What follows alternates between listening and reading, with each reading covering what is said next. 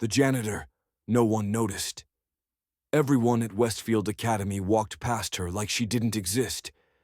Every morning, before the first bell rang, Mrs. Carla Reynolds mopped the marble floors, polished the brass stair rails, and quietly disappeared into the background. She wasn't young. Her back was bent from years of labor, her hands dry from chemicals.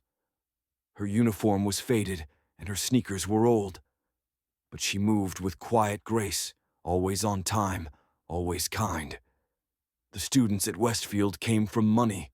Their parents arrived in sleek cars with tinted windows. The kids wore designer shoes, carried phones worth more than Carla made in a week, and thought they were better than everyone else. Especially Chloe. Chloe Thompson was the daughter of a wealthy businessman. She treated the school like it belonged to her. She was beautiful, yes, but arrogant.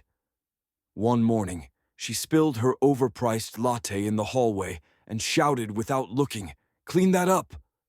Carla, already walking with her mop, simply nodded and began wiping the floor. "God," Chloe muttered loudly to her friends. "These people are like robots. They don't even talk. Just mop and vanish." The other students laughed. Carla said nothing. She never did. One day, the school announced a Future Leaders competition. Students had to create a business idea and pitch it. Chloe, of course, was sure she'd win.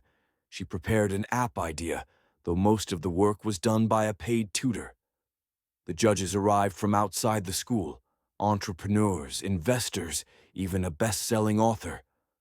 One of them, a middle-aged woman in a tailored gray dress, seemed to pay attention to everything.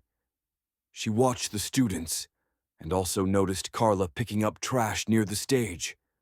Finally, the presentations began. Chloe walked up confidently, heels clicking, hair perfect.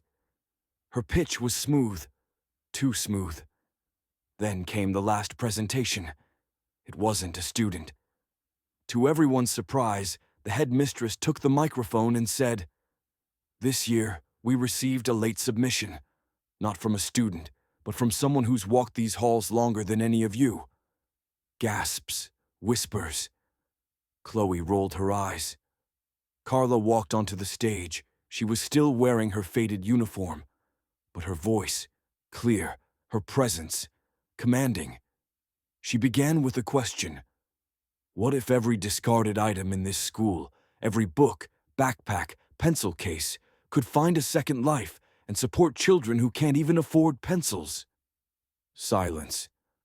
Carla shared her idea, a recycling and donation program that not only reduced waste, but partnered with NGOs to ship supplies to low-income schools. She already had contacts, a working prototype, and data showing its impact. She'd spent 2 years working on it in silence. She just never had the chance to be heard. When she finished, there was a long pause. Then, thunderous applause. The woman in gray, one of the judges, stood up and said, "Miss Reynolds, your idea is brilliant. I'd like to fund this immediately." Chloe's jaw dropped. In that moment, everything shifted. Students who once ignored Carla came to congratulate her. Teachers teared up. And Chloe? She tried to leave the room unnoticed. For the first time, she felt invisible. The next week, Carla wore the same uniform. She still mopped the floors. But now people stopped to talk. They said thank you. They smiled. She didn't need the recognition. But it was nice. Because sometimes the quietest person in the room is the one with the loudest heart.